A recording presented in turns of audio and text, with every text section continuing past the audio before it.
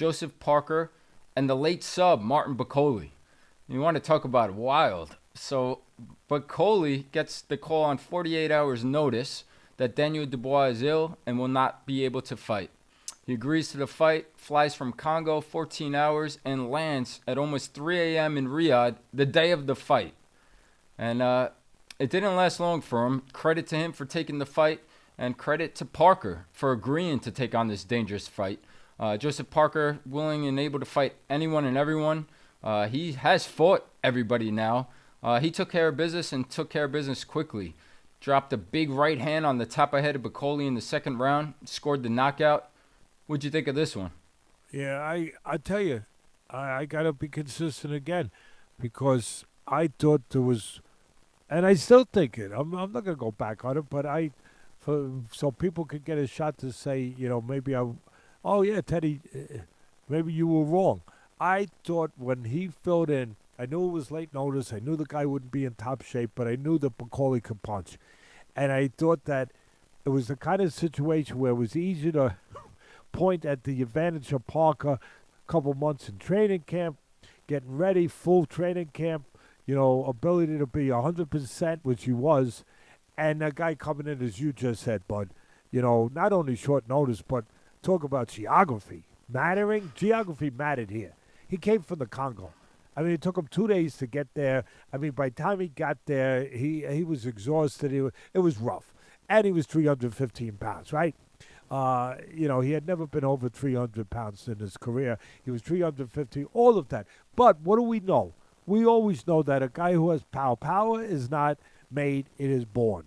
I always say that. We know when a guy has power, he could get up in the middle of the night and he still could freaking put your lights out. I mean, you got power, you got power. Yeah, George Foreman showed even when you get old, 45, he beat my guy, Michael Moore, he beat us because of power.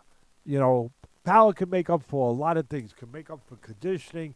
It can make up for speed. It can make up for age. It can make up for a lot of things. So I thought going in, and again, I could even put myself to take a little hit for this.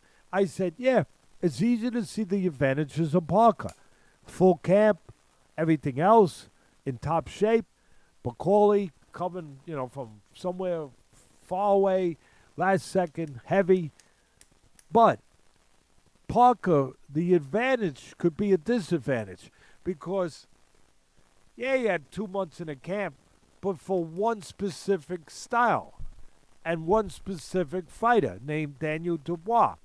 Now, on, 38 hours notice, whatever the heck it was, he's got to fight a guy that he didn't prepare for, a different style, completely, out of nowhere, where the guy who didn't have time, but he still has the power, can come in.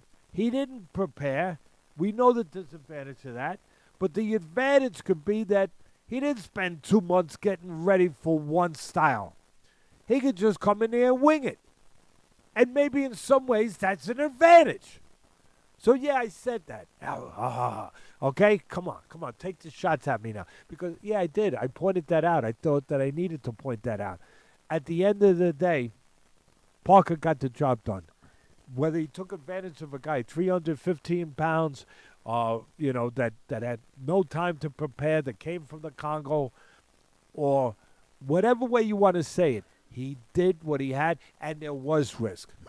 I know at the end of the day it didn't look like it because of the final results, but there was risk. There was a moment there, Bud, I'm doing and again, you could go watch it, it's still up, the Ring Magazine live stream.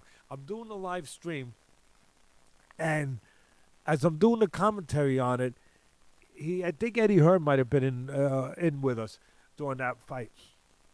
We were talking about how Parker should go to the body because the guy's body was pretty big.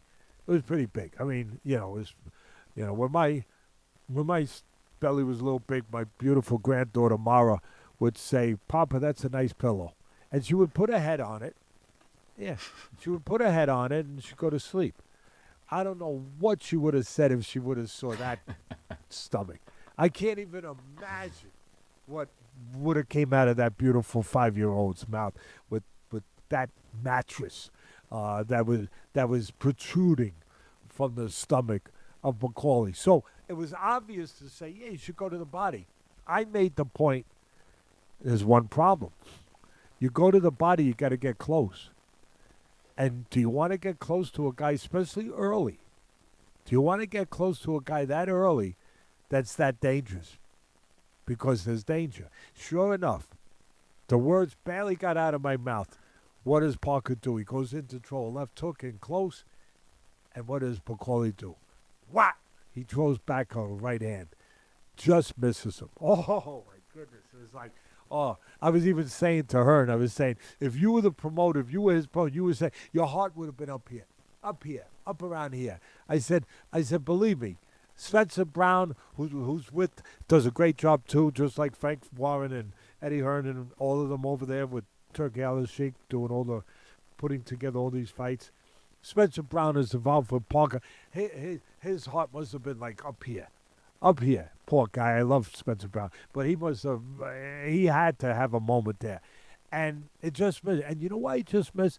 I always talk, Bud, it's about not only throwing a punch, but the right punch at the right time. Timing and selection of what punch you throw at that moment can win or lose a fight. And sure enough, and he throws, what did Bakole throw? An uppercut. And it just missed. If he threw that right hand straight, short, because it was close, but straight, boom, it gets there. But the uppercut just takes a tenth of a second longer. It didn't get there. A straight right hand might have got there. Thank goodness he didn't throw a straight right hand as far as my buddy Spencer Brown goes. And Parker, who I love too. And Bakole, how can you not love Bakole? I was talking about Zhang earlier, about the gentle giant. That guy's a gentle giant. He's a great guy. You can see he's a very religious guy, Bakole, but you can see he's really a good guy. But he throws the left hook to the body, Parker. The right uppercut just misses. Just misses. So it could have been a disaster. It wasn't. So let's give credit to Parker. Not just say that he had all the advantages because, he was in shape, blah, blah, blah. No, because he did the right thing. So at the end of the day, Bud, look, it's easy to say, Parker had nothing in front of him. He had a big fat, guy from the Congo, right? No, the guy, he was a little heavy, no doubt about, and he was big, and he was from the Congo, and he had a lot of disadvantages. But he also was a big puncher, and Lee didn't let him. He didn't let him land the punch, and excuse me. There was a couple ways you could go about fighting guy dangerous on last minute notice. Parker chose the first way. Cus D'Amato used to tell me, my mentor, you got a dangerous guy there, get rid of him because he's going to be dangerous all night. Get him the hell out of there. Get rid of him. But that can be dangerous, getting rid of him. Or you can let him spend whatever petrol he has, stay on the outside, use your jab, move a little bit for a few rounds, and let him really just do his job. Just let it happen for you by wearing him out, letting him miss a little bit, keep him off balance, stay away from the power. And whatever little bit of gasoline he's got in the tank, let him go empty and then get rid of him. Parker, to his credit, and to Andy Lee, his trainer's credit, they chose the first way. Go get rid of the guy. They didn't play games. They could have boxed more. They could have done that, which in some ways some people would have said might have been smarter. Box, they go in and out, move to the side, keep the big guy off balance. Let him just start having his tongue hang out, and then he's not dangerous, and then finish him off. Who knows what that would have looked like. But instead, they went into the lion's den, and they didn't get eaten by the lion. And the little bit of a thing that he did that I don't know a lot of people have appreciation for this, but when he knocked him out with that right hand, forget about the fact. Get it out of your head. Please, please. I'm not trying to defend Parker. I'm trying to do my job and put out what's out there to be put out there in the right way that every fighter should get credit for. He didn't just get rid of a guy out of shape. He got rid of a dangerous guy that he went in and he drew the right hand from Bakole. And as he drew the right hand, he knew Bakole would lean in to throw it. And as Bakole drew and become available, as Bakole drew the right hand, Parker slipped to his left a little bit, avoided the right hand, bam, spontaneously timed him with a right hand on top of the head that discombobulates you. When you get hit on top of the head, you lose your legs. You get this, it's a terrible place to get hit. And he knocked him out. So I'm going to give credit to Parker for taking that risk. Yeah, I know it was against a guy not in shape. I know a guy that flew in from the Congo the same day of the fight. I know all of that. But he could still punch. Parker did it the right way. He went in there. He slipped to his left. He drew the right hand.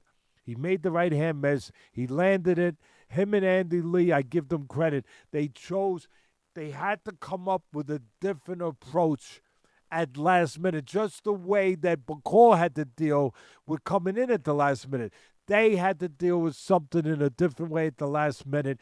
That's not the way they would have fought Dubois. They would not have done that with Dubois. So they had to make an adjustment on the fly, and it did. It worked, and they got rid of a dangerous guy in 2 rounds. That's all I got to say. Yeah, Bakole is rumored to be still going to fight again on a Riyadh season card in May. Turki Al-Shalik said after the fight, maybe against F.A. Ajaba. And Joseph Parker has earned it the hard way. We will see what's next